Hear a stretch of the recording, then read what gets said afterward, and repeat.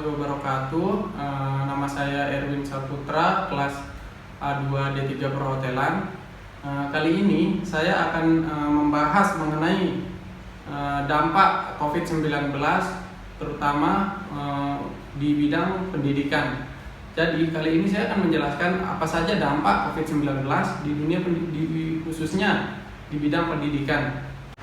Semenjak pada 2 Maret 2020 COVID-19 masuk ke Indonesia hingga sekarang, itu kasus tercatat kurang lebih 422.000 kasus, di mana 352-nya sembuh dan sekitar 14.259 meninggal.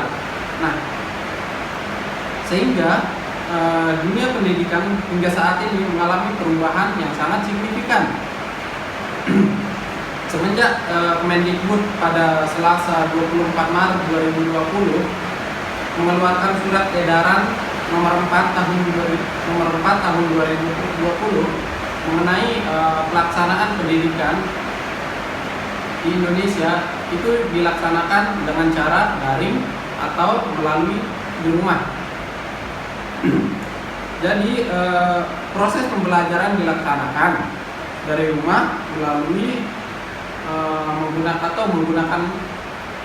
online. Jadi dari hal-hal itu saya mengambil beberapa dampak, yaitu dampak positif dan negatifnya. Yang pertama kita ambil dampak negatif. Saya mendapat dampak negatif dan positifnya dari beberapa sumber. Setelah saya mencari, saya mendapatkan dampak negatifnya itu keterbatasan sarana dan prasarana. Maksudnya sarana dan prasarana ini, dimana kan dari Sabang sampai Merauke tidak mungkin semua pelajar memiliki sarana. Contohnya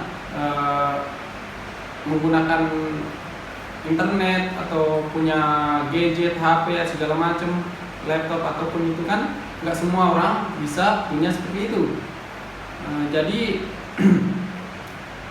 selain itu juga kan berpengaruh terhadap jaringannya. Tidak semua wilayah di Indonesia jaringannya stabil ataupun punya wifi.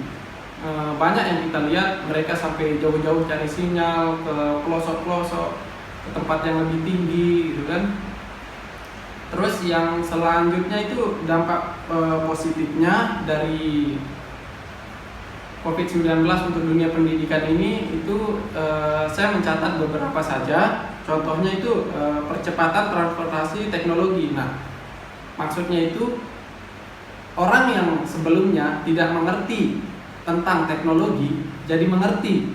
Karena apa? Karena tuntutan pendidikannya ataupun pekerjaannya. Terus kolaborasi murid, orang tua dan guru. Nah, sebelumnya kan di dunia pendidikan ini kan hanya murid dan guru saja. Nah, semenjak adanya COVID ini, itu kan orang tua juga ikut andil dalam urusan pendidikan anaknya. Nah, di mana guru berkoordinasi dengan orang tua murid dalam mengajar anaknya itu. Jadinya yang sebelumnya hanya murid dan guru, sekarang orang tua pun ikut andil. Nah, contoh selanjutnya itu paham teknologi. Nah, seperti yang saya bilang tadi, orang kan banyak yang mahasiswa yang nggak tahu teknologi, atau yang cuma sekedar punya handphone tapi punya laptop tapi kurang mengerti gimana cara belajar melalui internet ataupun menggunakan teknologi. Nah, di akibat COVID-19 ini kan memicu pengetahuannya untuk lebih tahu tentang teknologi. Oh, begini loh caranya menggunakan ini, begini caranya menggunakan teknologi seperti ini. Terus selanjutnya ambil contoh lagi, lebih produktif pada individual.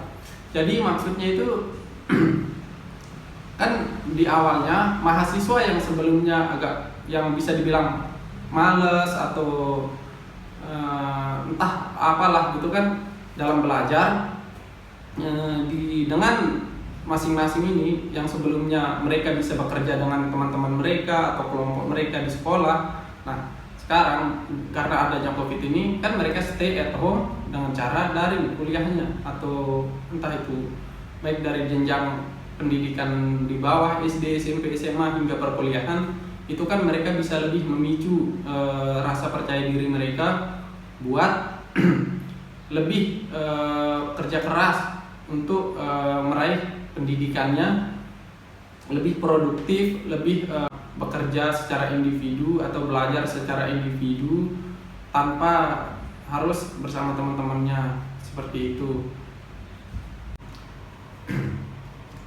Baik, mungkin hanya itu sedikit beberapa dampak positif ataupun negatif COVID-19 di dunia pendidikan, khususnya di Indonesia.